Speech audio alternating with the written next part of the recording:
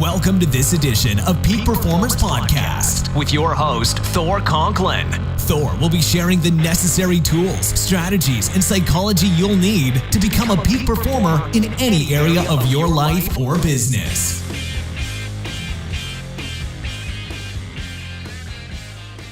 Welcome back to another episode of the Peak Performers Podcast. I'm your host, Thor Conklin. In studio with us today is Dylan. He is on the roof. Hopefully we won't have any fire trucks interrupting us this time, as we did the last episode. We're going to try to make it work. Anyway, Dylan's here, and we have some questions from our listeners. Dylan, what's the question? All right, so Gary from Bloomington, Indiana wants to know a little bit about decision making. So Gary wrote in, and his question is a little bit long, but this is how it reads. So I've been running a manufacturing business for about 5 years now, and my growth has started to slow down the past 2 years. One of my biggest problems is when it comes to making businesses is coming when I'm making business decisions, that I'm making a majority of those decisions out of fear and what might or could not happen, instead of the potential return that I could get or the growth that I could see from making these decisions. So how can I start to change that trend? And how can I switch over from making a lot of my decisions based out of fear and work on making that kind of out of, optimism or what could actually go well or go right? All right. Well, Gary, thanks for writing in. As you know, I ran a manufacturing company for close to 9 years, and it can be a very difficult process. I went through a major recession. I closed the business. I purchased it in 2008 and had a very rocky road ahead of me. And I think in any time that you're doing manufacturing in the United States, you've got to be on your game. You've got to have some tailwind, or it can get extremely difficult. And let's face it, businesses and consumers, they also change what they're looking for. You have to stay ahead of that as well. So there's a lot involved in a manufacturing operation. Now, I want to say this. First of all, if you stay in a state of making decisions based on fear, you're going to end up losing. However, fear is a very good thing. It's designed to protect us, okay? If we're going to walk across the street and we have no fear, eventually we're going to get hit by a car. So fear is a good thing. But we want to move out of fear as a primary decision maker and then move into a decision-making process that's moving us towards something based on opportunity. It comes right back to Dylan, understanding where you're going. You and I were working just this morning, and we were working on the newsletter. And we said, okay, what do we want to do here? What do we want to put in here? How do we want to arrange this? And I immediately said, let's stop for a second.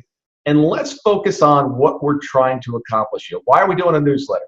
Well, we want to grow our list, right? But that's really not our ultimate goal. The game is not who gets the biggest list. What we ultimately want to do is we want to help people, we want to help clients, and we want to bring on new ones. That's our ultimate goal. So we needed to stay clear on, it's so easy in business, right, to get distracted with all the things that are going on, to get off our primary goal. You've got to stay focused.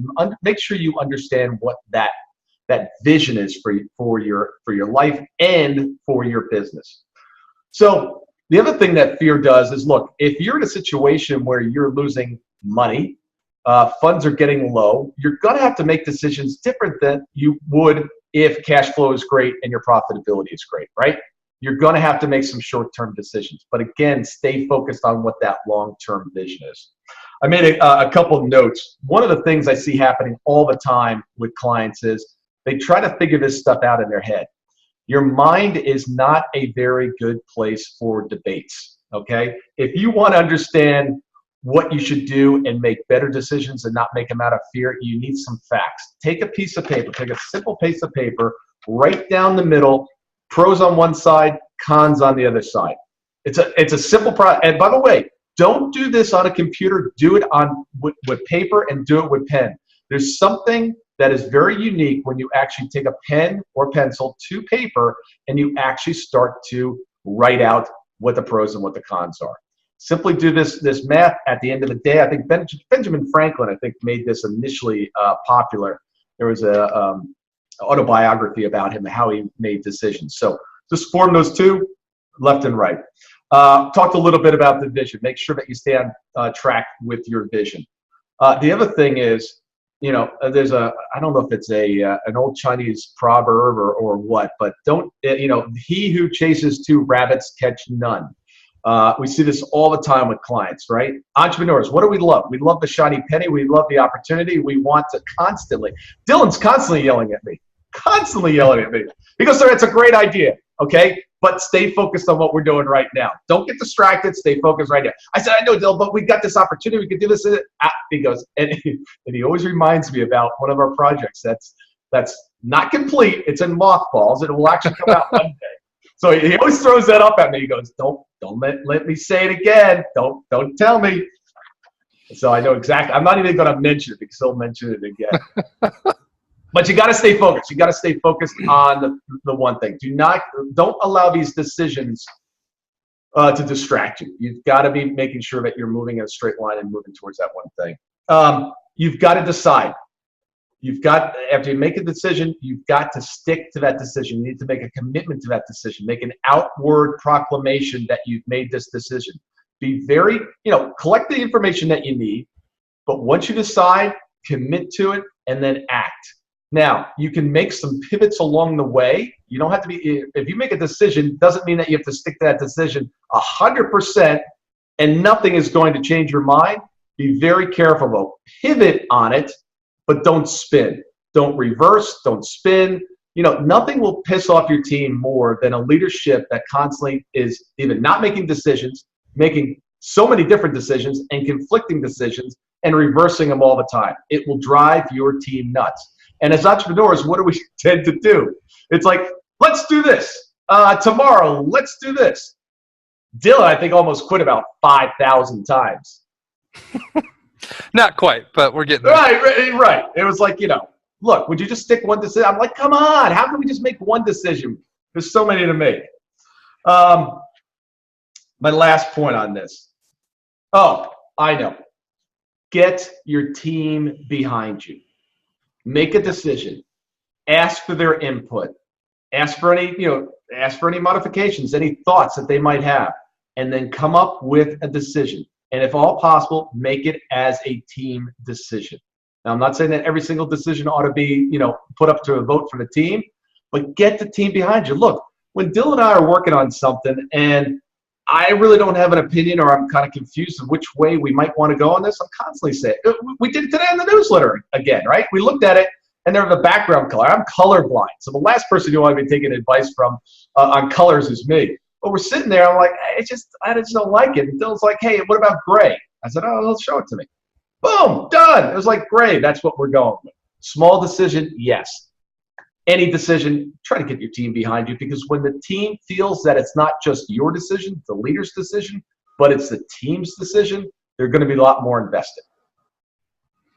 Yeah, I think that's all very good advice. And I think to kind of parlay that and back to what Gary can do this week is try and utilize some of what Thor is saying here. See what small decisions that you can bring to your team and kind of give them some input.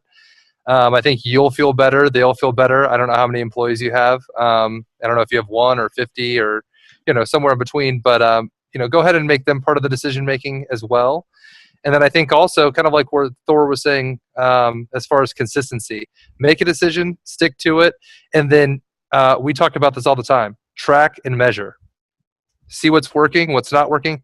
And then if you have to adjust, at least you have you had not only just have a reason for why you're changing the decision you're making, but you have something to back it up that everybody can kind of physically see and understand. This is why we're changing from this direction over here to that direction over there. Yeah. I think that'll give you some better results. So hopefully this has helped you, Gary, and hopefully you can take some of these tips, tricks, and tools and apply them to your decision making. Excellent. I'm seeing, Dylan, that I can actually just step away from this and you can take care of the Q&As from now on. There's some leadership.